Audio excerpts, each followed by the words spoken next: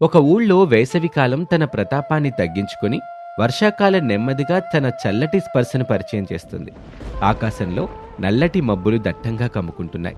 ఎప్పుడైనా వర్షం పడొచ్చు అన్నట్లుగా వాతావరణం మారిపోయింది. చల్లటి చిరుగాలి ఆహ్లాదంగా వీస్తోంది. కానీ శారదా ప్రసాదుల ఇల్లు మాత్రం ఆ వాతావరణానికి విరుద్ధంగా కాస్త ఆందోళనతో కూడిన నిశ్శబ్దంతో నిండి ఉంది.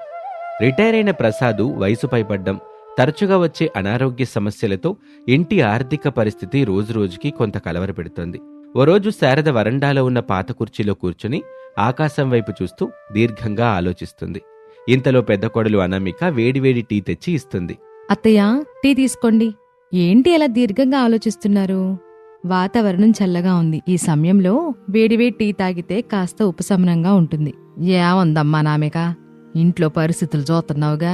మీ మామయ్య గారి ఆరోగ్యం ఒకవైపు పీడిస్తుంది. మందుల ఖర్చులు తడిసి మోపుడైపోతున్నాయి. ఇంటి ఖర్చులు మరోవైపు. ఈ వర్షాకాలం మొదలైతే ఇంకా కష్టాలు పెరుగుతాయి. పైకప్పు మరమ్మతులు వేయించాలి. గ్యాస్ ధరలు చూస్తే పెరిగిపోయాయి. కరెంటు బిల్లులు కూడా అంతే. ఈ ఆర్థిక ఇబ్బందుల నుంచి ఎట్టా బయటపడాలో నాకు అర్థం అవ్వట్లేదమ్మా. ఇంతలో రమేష్, సురేష్, అరుణ్ తమ తమ ఆఫీసుల నుంచి వస్తారు. ముగ్గురి ముఖాల్లో రోజంతా పనిచేసిన అలసట, ట్రాఫిక్ కష్టాలు స్పష్టంగా కనిపిస్తున్నాయి. అమ్మా, ఈరోజు ఆఫీస్లో చాలా పని. ప్రాజెక్ట్ డెడ్లైన్స్ వల్ల తలప్రాణం తలకొచ్చింది. బాగా అలసిపోయాను. ఒక గ్లాస్ మంచినీళ్ళివ్వు. నాకు అంతే అన్నయ్య. పైగా ఇప్పుడు వర్షాలు పడితే ప్రయాణాలు ఇంకా కష్టమవుతాయి. రోడ్లన్నీ గుంతలు, ట్రాఫిక్ జామ్లు. ఆఫీస్కెళ్ళి రావడమే పెద్ద ప్రహసనంలా మారింది. మన జీతాలు పెరగటం లేదు, కానీ ఖర్చులు మాత్రం విపరీతంగా పెరుగుతున్నాయి. మనం ఏదైనా అదనపు ఆదాయం కోసం ఆలోచించాలేమో అమ్మా. లేకపోతే ఈ రోజుల్లో బ్రతకటం చాలా కష్టం. అవునరా అరుణు, నేను కూడా అదే అనుకుంటున్నాను. నా పెన్షన్ డబ్బులు ఏ మూలకి సరిపోవటంలా. 15 రోజులకే పెన్షన్ మొత్తం అయిపోతుంది. మిగతా నెల ఎట్టా గడపాలో అర్థం కావటంలా. అదే సమయంలో లోపల నుంచి అవని, అంజలి కూడా వరండాలోకి వస్తారు.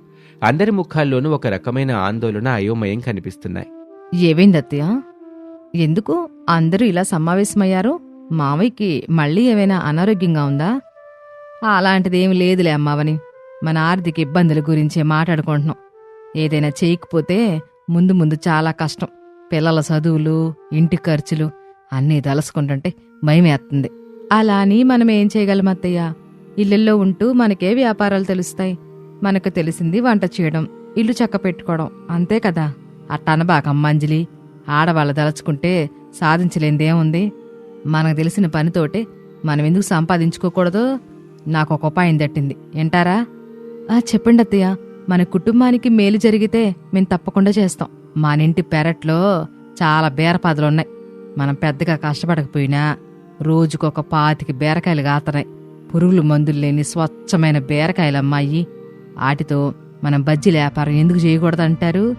ఈ చలికాలం, వర్షాకాలంలో సాయంత్రం పూట వేడివేడి బజ్జీలు తింటే ఎవరికిష్టం ఉండదు చెప్పు? పైగా బీరకాయ బజ్జీలంటే అందరికిష్టమేగా. అలా అనగానే అందరూ ఆశ్చర్యంగా శారద వంక చూస్తున్నారు. కొద్దిసేపు అక్కడ నిశ్శబ్దం అలుముకుంది.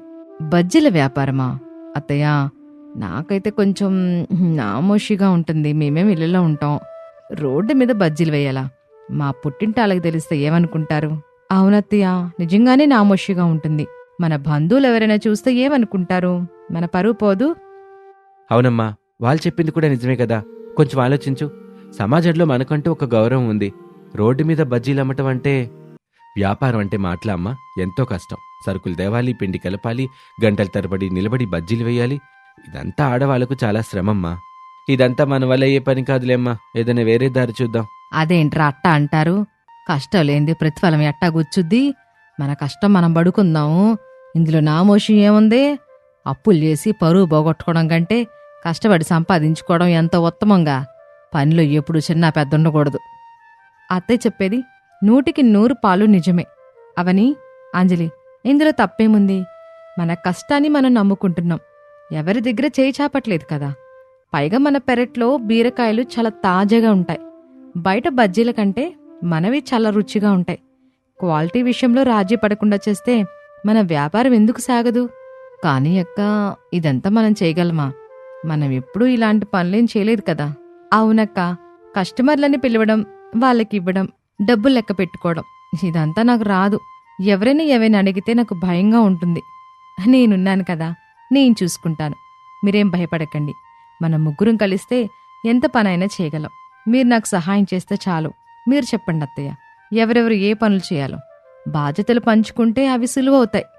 బాగా చెప్పావమ్మా నామిక. నీ ధైర్యం చూస్తుంటే నాకు సగం భారం తగ్గినట్లుంది. ఇదిగోండేనండి, అనామిక పిండి కలపడంలో దెట్ట. పకోడీలైనా బజ్జీలైనా అనామిక కలిపితే ఆ రుచే వేరు. బజ్జీల పిండి రుచిగా ఉంటేనే కదా వ్యాపారం సాగేది. కాబట్టి పిండి కలిపే బాధ్యత అనామికది. ఇక అవనే నువ్వు బజ్జీలేయడంలో ఎక్స్పర్ట్వి. నూనె ఎక్కువగా పేల్చకుండా అంచులు కరకరలాడేలాగా బజ్జీలేయడం నీకే సొంతమమ్మా. నీ బాధ్యత బజ్జీలేయడం. ఇక అంజలి, నువ్వు కస్టమర్లతో బాగా నవ్వుతూ మాట్లాడగలవు. వాళ్ళకి బజ్జీలు అందించి డబ్బులు తీసుకునే బాధ్యత నీది. మీ ముగ్గురు మగాళ్ళు మీకు ఖాళీగా దొరికినప్పుడు కాయగూరలు తేవడం, శనగపిండి, నూనె లాంటి సరుకులు తీసుకురావడం చెయ్యండి. సెలవు రోజుల్లో మీరు కూడా వీళ్ళకి సహాయం చెయ్యాలి. అవును, శారద చెప్పింది అక్షరాల నిజం. మీ అందరిలోనూ ఒక నైపుణ్యం ఉంది. దాన్నిలా వాడుకుంటే మన కష్టాలు తీరిపోతాయి. పైగా మీరంతా కలిసి ఈ పని చేయటం వల్ల మీ మధ్య బంధం కూడా పెరుగుతుంది. అప్పుడు అవని, అంజలి కాస్త అయిష్టంగానే అత్తగారి మాట కాదనలేక అంగీకరిస్తారు. సరే అత్తయ్య, మీరు చెప్తున్నారు కాబట్టి చేస్తాను. చూద్దాం ఎలా ఉంటుందో. నేను కూడా సరే అంటున్నాను. అక్క చెప్పినట్లు అన్ని తనే చూసుకుంటే నాకేం ఇబ్బంది లేదు. చూశారా అత్తయ్య, అందరూ ఒప్పుకున్నారు. రేపటి నుంచి మనం వ్యాపారం మొదలుపెట్టేద్దాం. ఈరోజు సాయంత్రమే వెళ్ళి అవసరమైన వస్తువులు తెచ్చేసుకుందాం. అలా అనుకుంటూ ఉండగా మరుసటి రోజు ఉదయం ఇంటి ముందున్న చిన్న ఖాళీ స్థలంలో చిన్న స్టాల్ ఏర్పాటు చేస్తారు. దానిపైన ఒక చిన్న టెంటు వేస్తారు. ముగ్గురు కోడళ్ల బీరకాయ బజ్జీలు అని ఆకర్షణీయంగా రాసిన ఒక చిన్న బోర్డు కూడా పెడతారు. అనామిక లోపల వంటింట్లో పెద్ద గిన్నెలో శనగపిండి, ఉప్పు, కారం, కొంచెం వాము, వంట సోడా వేసి పిండి కలుపుతూ ఉండగా అవని స్టాల్ దగ్గర నిలబడి పెద్ద కడాయిలో నూనె పోసి వేడి చేస్తుంది. అంజలి శుభ్రమైన ప్యాకింగ్ కవర్లు, న్యూస్ పేపర్లు సిద్ధం చేసుకుని కస్టమర్ల కోసం ఎదురు చూస్తుంది. వాతావరణం చల్లబడి వర్షం నెమ్మదిగా చినుకులుగా మొదలవుతుంది. అవని, నూనె వేడయిందా? పిండి రెడీ, కరెక్ట్గా కలిపేశాను. అయిందక్క. బీరకాయ ముక్కలు తీసుకురా. కాస్త పల్చగా కోసి తీసుకురా అక్క, తొందరగా వేగుతాయి. అలా అనుకుంటూ అనామిక బీరకాయ ముక్కలను పిండిలో ముంచి జాగ్రత్తగా అవనికి ఇస్తుంది. అవని వాటిని వేడివేడి నూనెలో వేసి బంగారు రంగు వచ్చే వరకు వేయిస్తుంది. నూనెలో బజ్జీలు వేగుతున్నప్పుడు వచ్చే సుయ్యుమనే శబ్దం, ఆ వేడివేడి బజ్జీల వాసన వీధంతా వ్యాపిస్తుంది. అబ్బా, వాసన అదిరిపోతుందక్క. నాకే తినేయాలనిపిస్తుంది. ఇంతలో అటుగా వెళ్తున్న ఒక కస్టమర్ ఆ వాసన పసిగట్టి స్టాల్ దగ్గరికి వస్తాడు. ఏమ్మా, బజ్జీలు వేస్తున్నారా? వర్షానికి భలే వాసన వస్తుంది. ఎప్పుడూ ఇక్కడ చూడలేదే. అవునండి, ఇప్పుడే వేశాం. వేడివేడి బీరకాయ బజ్జీలు. మా పెరట్లో కాసిన బీరకాయలండి, చాలా ఫ్రెష్గా ఉంటాయి. ఒక ప్లేట్ ఇమ్మంటారా? సరే, ఒక ప్లేట్ ఇవ్వండి, చూద్దాం ఎలా ఉన్నాయో. కస్టమర్ అక్కడే నిలబడి ఒక్కటి తిని చాలా సంతోషిస్తాడు. అద్భుతంగా ఉన్నాయమ్మా, కరకరలాడుతూ, లోపల బీరకాయ మెత్తగా చాలా బాగుంది. మీ పెరటి బీరకాయలు అన్నావు కదూ, నిజంగానే చాలా ఫ్రెష్గా ఉన్నాయి. రేపు నా స్నేహితులను కూడా తీసుకొస్తానే, వాళ్ళకు కూడా ఇలాంటి స్నాక్స్ అంటే చాలా ఇష్టం. చాలా థ్యాంక్స్ అండి, తప్పకుండా రండి. అలా ఉండగా మొదటి కస్టమర్ సంతృప్తిగా వెళ్ళగానే ముగ్గురు కోడళ్ళు సంతోషంగా ఒకరినొకరు చూసుకున్నారు. అలా రోజు వర్షం పడుతున్నా కూడా ఆ వాసనకు ఆకర్షితులై చాలామంది కస్టమర్లు వచ్చారు. కొందరు ప్యాక్ చేయించుకుని తీసుకెళ్లారు. వ్యాపారం చాలా బాగా సాగుతుంది. రాత్రి అందరూ కలిసి హాల్లో కూర్చొని వారికొచ్చిన లాభాలు లెక్కేసుకుంటున్నారు. అత్తయ్య, ఈ రోజు మనం పెట్టిన ఖర్చు పోను మనకి మంచి లాభం వచ్చింది. మొదటి రోజే ఇంత రెస్పాన్స్ వస్తుందని నేను ఊహించలేదు. చూశారా, నేను చెప్పలేదా మన కష్టం ఎప్పుడు వృధాగా పోదని? నాకైతే చాలా ఆనందంగా ఉందమ్మా. నిజమే అత్తయ్య, మొదట్లో నేను చాలా భయపడ్డాను. ఎవరూ రారేమో, మన పరువు పోతుందేమో అనుకున్నాను, కానీ అలా జరగలేదు. నేను కూడా. కానీ కస్టమర్లు వచ్చి మన బజ్జీలు బాగున్నాయని మెచ్చుకుంటుంటే నాకు చాలా ఆనందంగా అనిపించింది. ఇక నాకు భయం పోయింది. అక్క, ఈరోజు నేను బజ్జీలు వెయ్యను. నిన్న నేను ఎక్కువ వేశాను కదా, నా చేతులు కాస్త నొప్పులేస్తున్నాయి. వేడికి నా ముఖం కూడా మండుతోంది.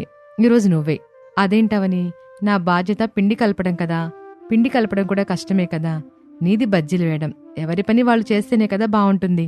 నక్క, మీరిద్దరూ లోపలుండిపోతే నేనొక్కదాన్నే బయట కస్టమర్లను ఎలా చూసుకోవాలి?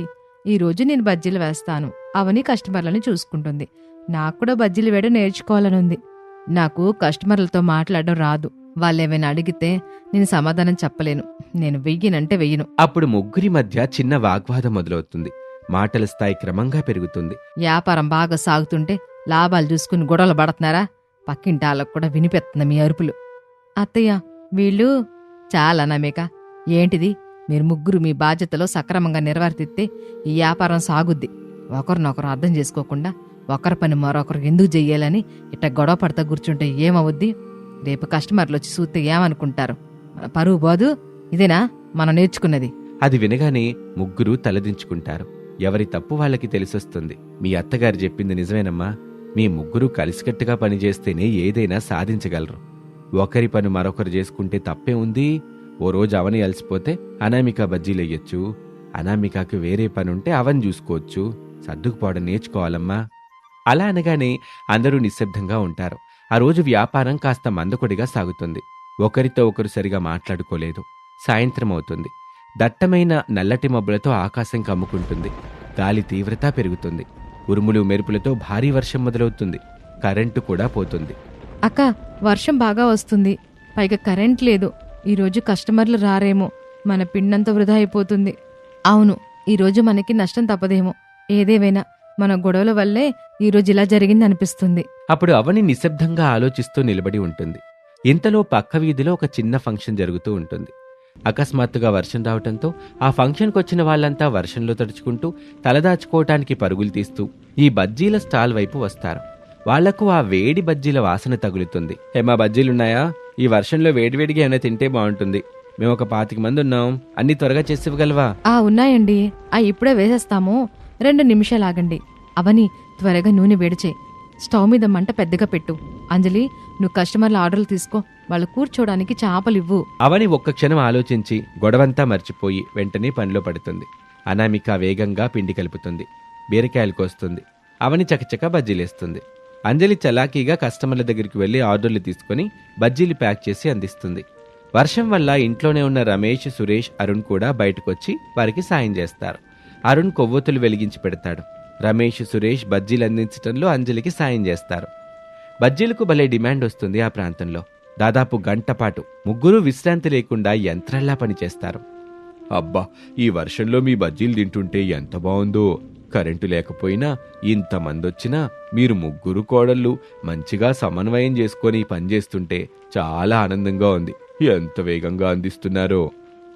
అలా అనుకుంటూ ఉండగా వర్షం తగ్గుముఖం పడుతుంది. కస్టమర్లందరూ సంతృప్తిగా బజ్జీలు బావున్నాయని మెచ్చుకుంటూ వెళ్ళిపోతారు. స్టాల్ దగ్గర అంతా మళ్లీ నిశ్శబ్దంగా ఉంటుంది. ముగ్గురు కోడళ్ళు అలసిపోయి కుర్చీల్లో కూర్చుంటారు.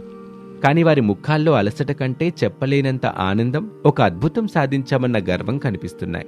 అవని, అంజలి, ఈరోజు మనం ఎంత కష్టపడ్డామో కదా. కానీ ఇంతమందికి బజ్జీలు వేసి ఇవ్వడం అంటే మామూలు విషయం కాదు. అవునక్క, నా చేతులు నొప్పి పెడుతున్నాయి. కానీ ఈ రోజున నాకు చాలా ఆనందంగా ఉంది. మన ముగ్గురం కలిసి పనిచేస్తే ఎంత పనైనా ఇట్ట అయిపోతుందని ఈ రోజే అర్థమైంది. నిజమే అక్క, ఈ రోజు నాకు ఐకమత్యం అంటే ఏంటో ప్రాక్టికల్గా తెలిసింది. నేనొక్కదాన్నే కస్టమర్లని హ్యాండిల్ చేయడం కష్టం. కానీ మనమంతా కలిస్తే సులువే. అలా ఉండగా శారదా ప్రసాద్ అక్కడికొస్తారు. వాళ్ళ కోడళ్ళు సాధించిన విజయం చూసి శారద కళ్ళలో ఆనంద భాష్పాలు సుడులు తిరుగుతాయి. చూసారా పిల్లలు, నేను చెప్పింది ఇదే. మీరు ముగ్గురు వేరువేరు కాదమ్మాయిలు, ఒకే కుటుంబం. కలిసి కట్టుగా ఉంటే ఎట్టాంటి కష్టమైన ఎదుర్కోవచ్చు. ఈరోజు మీ వ్యాపారం ఇంత సక్సెస్ అవడానికి మీ పిండి, మీ బజ్జీలు మాత్రమే కాదు, ముఖ్యంగా మీ ఐకమత్యమే కారణం. అవునమ్మా, మీ అత్తగారు చెప్పినట్టు ఐకమత్యమే మహాబలం. మీ ముగ్గురి కష్టం చూసి, మీరు కలిసి పనిచేసే తీరు చూసి నాకు చాలా గర్వంగా ఉందమ్మా. మన కుటుంబానికి ఇంకా ఏ డోకాను లేదు. అప్పుడు రమేష్, సురేష్, అరుణ్ కూడా చాలా సంతోషిస్తారు. అవును, మీ కష్టం చూస్తుంటే మాకే ఆశ్చర్యంగా ఉంది. ఈ రోజు నుంచి మేం కూడా మీకు వీలైనంత సహాయం చేస్తాం. సరుకులు తేవటం లాంటివి ఇక నుంచి మా బాధ్యతే. థ్యాంక్స్ అత్తయ్య, మాకు ఈ మంచి పాట నేర్పినందుకు. ఇక నుంచి మేమెప్పుడు గొడవపడం, ఒకరికొకరు సహాయం చేసుకుంటూ కలిసే ఉంటాం. ఆ రోజు రాత్రి అందరూ కలిసి భోజనం చేస్తారు. నవ్వులు కబుర్లతో ఇల్లంతా కోలాహలంగా ఉంటుంది. ఆ సంఘటనతో అనామిక, అవని, అంజలిల మధ్య బంధం మరింత బలపడుతుంది. వారి బజ్జీల వ్యాపారం దినదినాభివృద్ధి చెందుతుంది. ఇంటికి కావాల్సిన మరమ్మతులు చేయిస్తారు. ప్రసాద్ మందులకు ఇబ్బంది లేదు. ఇంటి ఆర్థిక ఇబ్బందులు పూర్తిగా తొలగిపోతాయి. అందరూ సంతోషంగా ఒకరికొకరు తోడుగా సుఖ సంతోషాలతో జీవనం కొనసాగిస్తూ ఉంటారు. ఇది వాల్టి కథ. మరొక ఆసక్తికర కథలో మళ్ళీ కలుద్దాం. నమస్తే.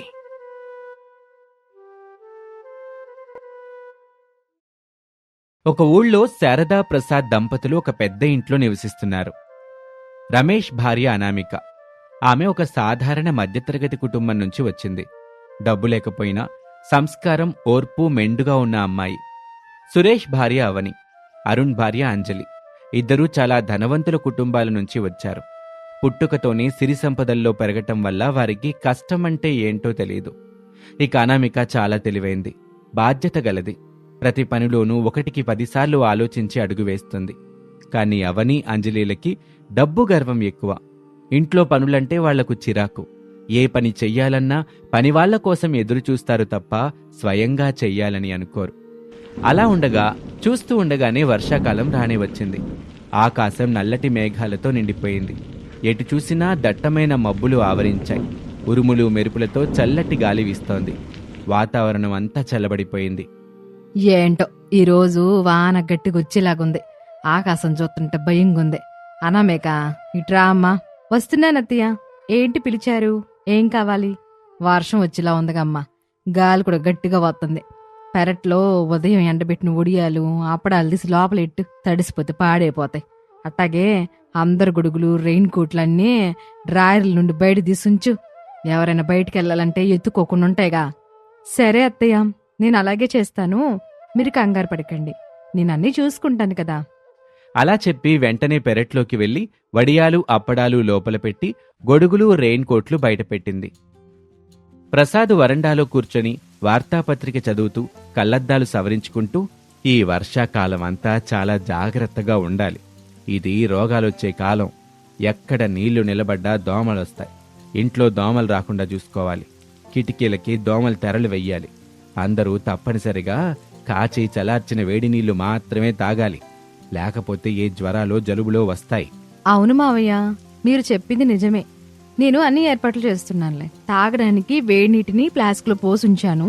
సాయంత్రం దోమలు రాకుండా వేపాకుల పొగ కూడా వేస్తాను. ఇంతలో అవని, అంజలి మేడపై నుండి కిందకొచ్చారు. ఇద్దరూ ఖరీదైన డ్రెస్సులు వేసుకుని చేతిలో లేటెస్ట్ మోడల్ ఫోన్లు పట్టుకుని ఉన్నారు. వారిద్దరికీ ఇంటి పనులతో కానీ వాతావరణంతో కానీ ఎలాంటి సంబంధం లేనట్టుగా ప్రవర్తిస్తున్నారు. ఏంటత్తయ్య, ఇల్లు మొత్తం ఏదో వింత వాసన వస్తుంది. రూమ్ ఫ్రెషనర్ ఏమైనా కొట్టొచ్చు కదా. అదేం కాదులేమ్మా, వర్షం వస్తుందిగా. తొలి వాంచినుకులు నేల మీద పడగానే వచ్చే మట్టి వాసన లేదు. పల్లెటూరు వాళ్ళకి ఆ వాసన అంటే ఎంతో ఇష్టం. అబ్బా, ఈ వర్షాలు ఒకటి ఎప్పుడు కురుస్తూనే ఉంటాయి. బయటికి వెళ్ళడానికి, షాపింగ్ చేయడానికి కూడా వీల్లేదు. నాకు ఇంట్లో ఉండి ఉండి చాలా బోర్ కొడుతుంది. మా సిటీలో అయితే ఇలాంటి వర్షాలకి భయపడేవాళ్ళం కాదు. అవునంజలి, వర్షంలో బయటికి వెళ్ళడం కష్టమే. రోడ్లన్నీ బురదగా ఉంటాయి. కానీ వర్షం పడితేనే కదా మనకి లాభం. వర్షాలు సమృద్ధిగా కురిస్తేనే కదా రైతులు పంటలు పండిస్తారు. మనకి తినడానికి ఆరోగ్యకరమైన తిండి దొరుకుతుంది. వర్షాలు లేకపోతే కరువు వస్తుందిగా. ఓహో, పెద్ద వ్యవసాయదారు దిగొచ్చారు మాకు బుద్ధులు చెప్పడానికి. నీకు వ్యవసాయం గురించి ఏం తెలుసని మాట్లాడుతున్నావు? మా నాన్నగారి ఫామ్ హౌస్లో బోలెడు రకాల పంటలున్నాయి. అక్కడ అన్ని ఆటోమేటిక్ సిస్టమ్స్. వర్షం రాకపోయినా మాకేమి ఇబ్బంది లేదు. పైపుల ద్వారా నీళ్లు పెట్టుకోవచ్చు. మా నాన్నగారు లక్షలు ఖర్చు చేసి ఆ ఫామ్ హౌస్ కట్టారు. అవును, మా నాన్నగారి దగ్గర కూడా బోలెడు డబ్బుంది. ఇక్కడ ఏదైనా దొరకపోతే సిటీ నుండి ఆర్డర్ చేసి తెప్పించుకుంటాం. మేమేమైనా కొనుక్కోగలం. ఈ వర్షాలు మమ్మల్ని ఏమీ చేయలేవు. డబ్బు ఉంటే అన్ని రావులే అంజలి. నీకింకా ప్రపంచం తెలీదు. ప్రకృతి ముందు మనమెంత? మన డబ్బు, మన హోదా ప్రకృతి ముందు పనికిరావు. డబ్బుంటే వర్షాన్ని ఆపగలరా? లేక తుఫాను వస్తే ఆపగలరా? ఈ సమయంలో డబ్బు ఉందని విర్రవేయకూడదు. అందరూ కలిసి కట్టుగా జాగ్రత్తగా ఉండాలి. సర్లే అత్తయ్య, మేమేదో అన్నాం. మీరు మరీ అంత సీరియస్ అవ్వకండి. మా ఉద్దేశం మిమ్మల్ని తక్కువ చేయడం కాదు. అలా అనుకుంటూ ఉండగా కొద్దిసేపటికే పెద్ద వర్షం మొదలైంది. ఉరుములు మెరుపులతో వాన దంచి కొడుతుంది. గాలికి కిటికీ తలుపులు టపటపా కొట్టుకుంటున్నాయి. అబ్బా, ఎంత వర్షం! ఆఫీస్ నుంచి వచ్చేలోపు తడిసి ముద్దైపోయాను. గొడుగున్నా గాలికి ఎగిరిపోయింది. ఇదిగోండి తువాలు, త్వరగా తల తుడుచుకోండి. లేకపోతే ఈ తడికి జలుబు చేస్తుంది. మీకోసం ముందే వేడినీళ్ళు కాచుంచాను. త్వరగా వెళ్ళి స్నానం చేసి రండి. ఈలోపు నేను మీకు వేడివేడి పకోడీలు, అల్లం టీ ఇస్తాను. చలికి అవే బాగుంటాయి. సరే అనామిక, నువ్వు చెప్పినట్లే చేస్తాను. నాకు కూడా బాగా చలిగా ఉంది. అలా చెప్పి స్నానానికి వెళ్ళాడు. కొద్దిసేపటికే సురేష్, అరుణ్ కూడా తడిసిపోయి వణుకుతూ ఇంటికొచ్చారు. అవని, త్వరగా ఒక తువ్వాలు తీసుకురా. బాగా చలిగా ఉంది. త్వరగా బట్టలు మార్చుకోవాలి. అబ్బా, నేనిప్పుడు రాలేను. నా ఫోన్లో ఛార్జింగ్ తక్కువగా ఉంది. పైగా నా ఫేవరెట్ వెబ్ సిరీస్ కొత్త ఎపిసోడ్ వస్తుంది. నువ్వే వెళ్ళి బీరువాలోంచి తెచ్చుకో. అంజలి, నాకు బాగా చలిగా ఉంది, జలుబు చేసేలా ఉంది. వేడిగా ఏదైనా కాఫీ గానీ టీ కానీ ఇవ్వు. నేనిప్పుడు కిచెన్లోకి అస్సలు వెళ్ళలేను. నా నెయిల్ పాలిష్ పాడైపోతుంది. అసలే కొత్తగా తెప్పించాను, చాలా కాస్ట్లీ. నువ్వే వెళ్ళి పెట్టుకో, లేదా పని మనిషిని అడుగు. అది వినగానే సురేష్, అరుణ్ ఇద్దరూ తమ భార్యల ప్రవర్తనకు నిరాశగా వెనుతిరిగారు. అనామిక వాళ్ళని చూసి జాలిపడింది. అరుణ్, సురేష్, మీరిద్దరు కూడా వెళ్ళి స్నానం చేసి రండి. తడి బట్టలతో ఉంటే అనారోగ్యం పాలవుతారు. నేనందరికీ పకోడీలు, టీ చేసి తీసుకొస్తాను. అత్తయ్య మావిలకు కూడా ఇస్తాను. థ్యాంక్స్ వదినా, ఈ సమయంలో నువ్వు చేసే సాయం మర్చిపోలేను. అవునదినా, థ్యాంక్ యూ, నీకు చాలా శ్రమిస్తున్నావు. అలా అని అందరూ స్నానాలు చేసుకుని వచ్చారు. హాల్లో అందరూ కూర్చున్నారు. అనామిక వేడివేడి ఉల్లిపాయ పకోడీలు, అల్లం టీ అందరికీ సర్వ్ చేసింది. భలే చేసావమ్మా అనామిక, ఈ చలికి ఈ వర్షానికి నీ పకోడీలు, టీ భలేగా ఉన్నాయి. ప్రాణం లేచొచ్చినట్టుందనుకో. అవునమ్మా, చేతికి వచ్చిన కోడళ్ళంటే ఇల్లు ఎంత బాగుంటుందో. నువ్వు రావడం మా అదృష్టం. ఆ సమయంలో అవని, అంజలి ఇద్దరూ పకోడీలు తింటూ కూడా అనామికని విమర్శిస్తున్నారు. వారికి అనామికకు దక్కుతున్న ప్రశంసలు నచ్చటం లేదు. ఏంటో ఈ పకోడీలో ఉప్పు కొంచెం ఎక్కువైనట్టుంది. పిండి కూడా సరిగ్గా కలపలేదు. మా ఇంట్లో మా వంటవాడు చాలా బాగా చేస్తాడు. వాడి వంట తింటే వేళ్ళు నాకాల్సిందే. అవును, టీ కూడా మరీ తీయగా ఉంది. నాకు షుగర్లెస్ టీ అలవాటు. ఇలాంటి టీ తాగితే నా డైట్ పాడైపోతుంది. సరేలే, రేపటి నుంచి మీ ఇష్ట ప్రకారమే చేస్తాను. మీకు ఎలాంటి టీ కావాలంటే అలాంటివి అడిగి నాతో చేయించుకోండి. అలా అనుకుంటూ కొన్ని రోజులు గడిచాయి. వర్షాలింకా పడుతూనే ఉన్నాయి. ఊళ్ళో పక్కనుండే వాగు పొంగి రోడ్లన్నీ జలమయమయ్యాయి. ఎక్కడికి వెళ్ళటానికి వీల్లేదు. ఊరు మొత్తం నీటితో నిండిపోయింది. ఆ రోజు రాత్రి పెద్ద గాలివాన రావటంతో కరెంటు స్తంభాలు పడిపోయి పవర్ కట్ అయింది. ఇల్లంతా చిమ్మ చీకటిగా ఉంది. ఏంటత్తయ్య ఈ ఊరు, చిన్న వర్షం వస్తే చాలు కరెంటు కూడా ఉండదు. మా సిటీలో అయితే అండర్ గ్రౌండ్ కేబుల్స్ 24 గంటలు కరెంట్ ఉంటుంది. నాకు చాలా ఉక్కపోస్తుంది. ఏసీ లేకుండా నిద్రపోలేను. అవును, ఏసీ లేకుండా ఒక్క నిమిషం కూడా ఉండలేను నేను. నాకు అసలు ఊపిరి ఆడట్లేదు. జనరేటర్ ఆన్ చేయండి మావయ్య. మా ఇంట్లో ఎప్పుడు జనరేటర్ ఆన్లోనే ఉంటుంది. జనరేటర్లో డీజిల్ అయిపోయిందమ్మా. అది మధ్యాహ్నమే అయిపోయింది. ఊళ్ళోకెళ్ళి తేవడానికి దారి లేదుగా. అంతా నీరు నిండిపోయింది. కరెంట్ ఎప్పుడు వస్తుందో మాకు తెలీదు. అయితే ఎలా ఉండాలి? ఈ చీకట్లో దోమల మధ్య నేనుండలేను. నాకు భయంగా ఉంది. ఎవరికైనా ఫోన్ చేసి డీజిల్ తెప్పించొచ్చు కదా. బాధపడకండి, నేను కొన్ని కొవ్వొత్తులు, లాంతర్లు సిద్ధం చేసుంచాను. నేను కొవ్వొత్తులు వెలిగిస్తాను. అలాగే పాత ఇనుప బాణీలలో కొన్ని వేపాకులు కాల్చి పొగ వేస్తాను. ఆ పొగకి దోమలు రావు. పల్లెటూరులో పవర్ పోయినప్పుడు ఇలాగే చేస్తారు. అప్పుడు అనామిక చెప్పినట్టుగానే లాంతర్లు వెలిగించి వేపాకులు కాల్చి పొగవేయటంతో ఇంట్లో వెలుతురొచ్చింది. దోమల బెడద తగ్గింది. అందరూ లాంతర్ల వెలుగులో వరండాలో కూర్చున్నారు. వాతావరణం కొంచెం కుదుటపడింది. చూశారా, డబ్బుంటే సరిపోద్దా? కష్టకాలంలో సమయస్ఫూర్తిగా ఆలోచించడం కూడా తెలుసుకోవద్దు. మీ సిటీ తెలివితేటలు ఎక్కడ పనిచేయు. అనామిక ఎంత బాగా ఆలోచించిందో చూశారా? తను లేకపోతే ఈ రాత్రి దోమల కొట్లతో ఇబ్బంది పడేవాళ్ళం. అవునత్తయ్య, అక్క బాగానే ఆలోచించింది. మనం ఇక్కడ ఇరుక్కుపోయాం. మన డబ్బు ఇప్పుడు ఏమీ చేయలేకపోతుంది. ఇంతలో సురేష్కి బాగా జ్వరం వచ్చింది. చలితో వణికిపోతున్నాడు. ముఖం ఎర్రగా కందిపోయింది. ఏమే సురేష్, ఎందుకు అంతలా వణికిపోతున్నావు? అయ్యో, ఒళ్ళు కాలిపోతుంది. నాకు బాగా జ్వరం వచ్చినట్టుందావని. భరించలేని చలిగా ఉంది. తల బద్దలవుతున్నట్టుంది. అయ్యో, ఇప్పుడెలా? డాక్టర్ దగ్గరికి వెళ్ళడానికి దారి కూడా లేదు కదా. కరెంట్ లేదు, ఫోన్ సిగ్నల్స్ కూడా లేవు. నాకు చాలా భయంగా ఉంది. అంజలి, నువ్వు మీ నాన్నగారికి ఫోన్ చేసి కనీసం డాక్టర్నైనా పంపించమను. సిగ్నల్ అసలు రావట్లేదు. నేను 10 సార్లు పైనే ట్రై చేశాను. నా ఫోన్లో ఛార్జింగ్ కూడా అయిపోయింది. కంగారు పడకండి అవని, ఏడవకు, నేను చూస్తాను కదా. జ్వరం బాగా ఎక్కువగా ఉంది. 100 దాటినట్లుంది. వెంటనే తగ్గించాలి, లేకపోతే ప్రమాదం. అలా చెప్పి అనామిక వెంటనే వంటగదిలోకి వెళ్లి తను ఇంట్లో పెంచుతున్న కొన్ని ఆయుర్వేద మొక్కల నుంచి ఆకులు తెచ్చి అల్లం, మిరియాలు, తులసి ఆకులు వేసి కషాయం చేసింది. సురేష్కి కొద్ది కొద్దిగా త్రాగించింది. అలాగే చల్లటి నీటిలో ముంచిన తడి బట్టతో నుదుటిపై తుడుస్తూ ఉంది. జ్వరం తగ్గే వరకు అలాగే చేసింది. సురేష్, ఈ కషాయం తాగండి. ఇది మన తాతమ్మల నాటి వైద్యం. జ్వరం, జలుబు వెంటనే తగ్గుతాయి. థ్యాంక్స్ వదినా, నీ రుణం ఎలా తీర్చుకోవాలో అర్థం కావటం లేదు. అలా అనుకుంటూ ఉండగానే రాత్రి గడిచింది. ఉదయం అయ్యేసరికి వాన తగ్గింది. సురేష్కి కూడా జ్వరం కొంచెం తగ్గింది. అతడు నిద్ర లేచి కూర్చున్నాడు. బ్రతుకు జీవుడా, జ్వరం తగ్గింది. థ్యాంక్స్ అక్క. నువ్వు లేకపోతే ఏమైపోయేవాళ్ళమో. నేను చాలా భయపడిపోయాను. నా డబ్బంతా ఉండి కూడా ఏమీ చేయలేకపోయాను.